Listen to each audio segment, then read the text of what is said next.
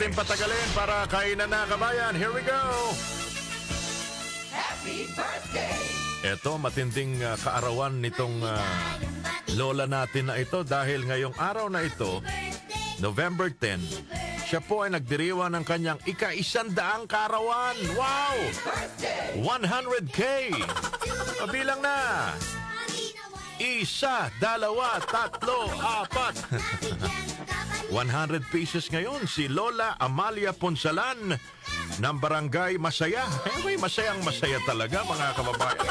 100K. Oh. Masaya, Bay Laguna.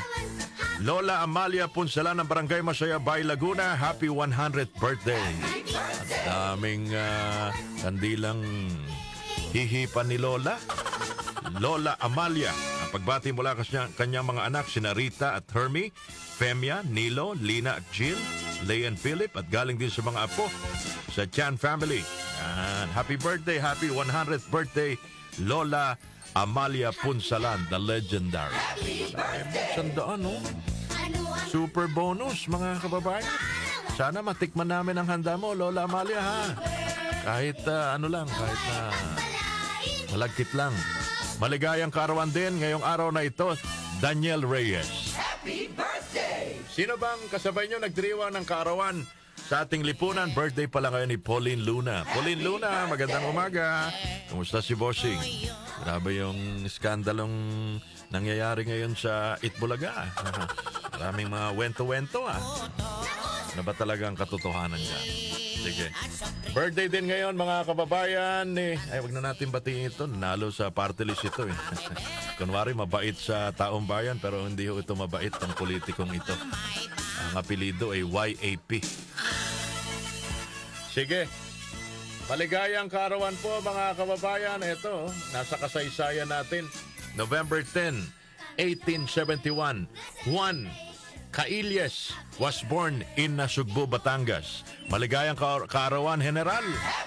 Lumaban yan sa panahon ng Kastila at naging gobernador din sa lalawigan ng Laguna, kung di ako nagkakamali. November 10, 1871, Juan Cailles. Kilalang kilala yan ng mga taga Nasugbu, Batangas. November 10, 1953. Balikan natin ang kasaysayan. Si Ramon Magsaysay was elected president. Natalo niya, mga kababayan, si incumbent President Elpidio Quirino. Talo si Lolo Elpidio kay Ramon Magsaysay. Magsaysay is my guy. Yan ang presidente ng Masang Pilipino. Siya ho nagbukas ng Malacanang para sa Masang Pilipino. Sino bang nagbukas ng Malacanang pa ngayon? Si Pangulong BBM. Binuksan din niya yung Malacanang. Sa iba mga Pangulo, ayaw nila magpapunta ng mga mahihirap sa palasyo. Yung palasyong yan, para sa taong bayan naman yan. Mailap sa mga masang Pilipino. Sige.